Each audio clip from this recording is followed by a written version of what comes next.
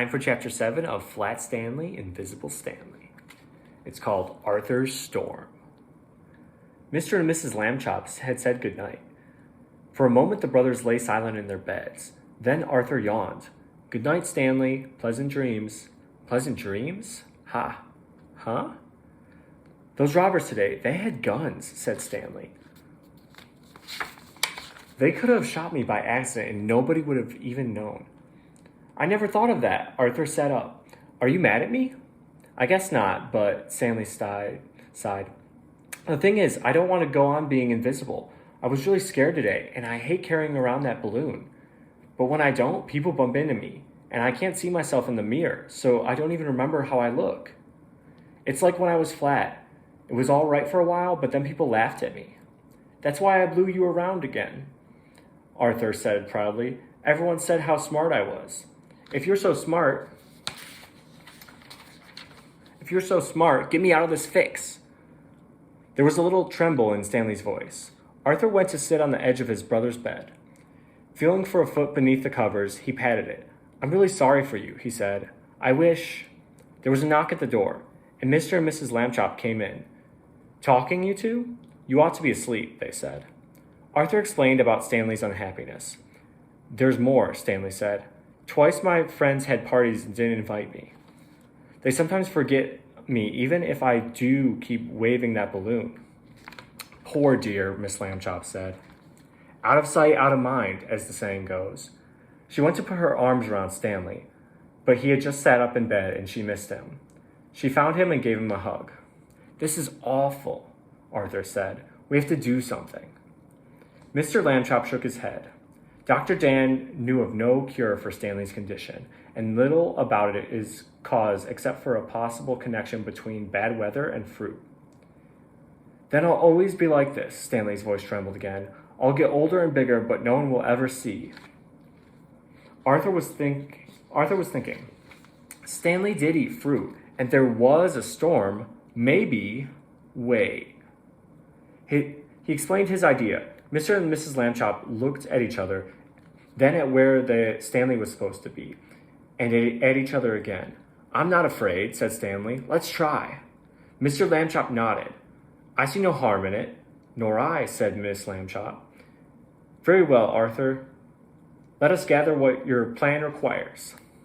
"Everyone ready?" said Arthur. "It has to be just the way it was the night Stanley got invisible."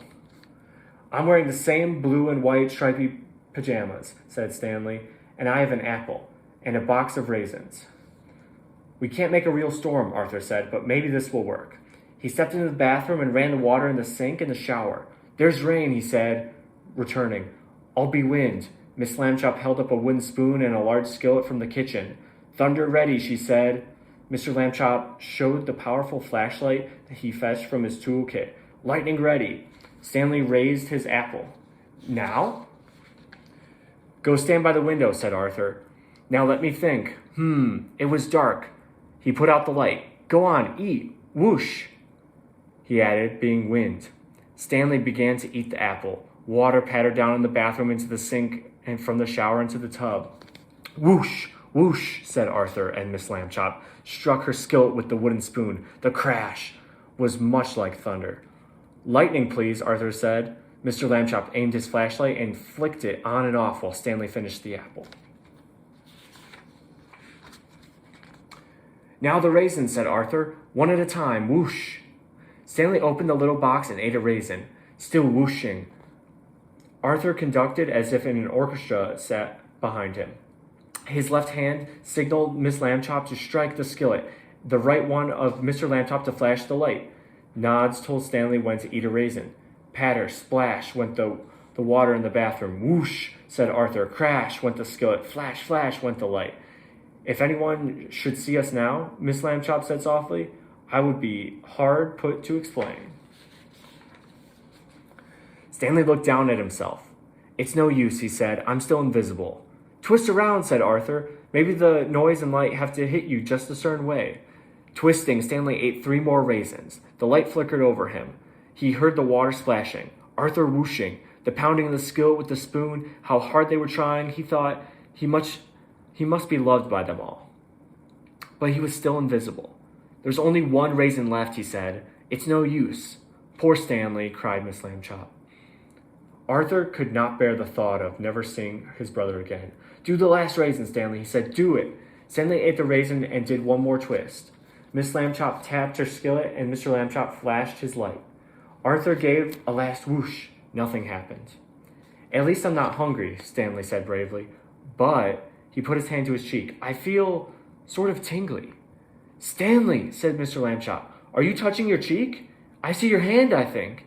And your pajamas, shouted Arthur, switching on the light. A sort of outline of Stanley. Lambchop, with hazy stripes running up and down it, had appeared by the window. Through the stripes they could see the house next door. Suddenly the outline filled in. There stood Stanley in his striped pajamas, just as they remembered him. I can see my feet, Stanley shouted. It's me. Ay, dear, not me, said Miss Lambchop before she could catch herself, then ran to hold him tight. Mr. Lambchop shook hands with Arthur, and then they all went into the bathroom to watch Stanley look at himself in the mirror. He hadn't mattered when he was invisible, Miss Lambchop said, but he was greatly in need of a haircut now. She made hot chocolate to celebrate the occasion, and Arthur's cleverness was acknowledged by all. But false storms cannot be relied upon, Mr. Lambchop said. We must think twice before eating fruit during bad weather, especially by a window. Then the brothers were tucked into bed again. Good night, said Mr. and Mrs. Lambchop, putting out the light. Good night, said Stanley and Arthur. Stanley got out and went to have another look in the bathroom mirror. Thank you, Arthur, he said, coming back. You saved me from being flat, and now you saved me again.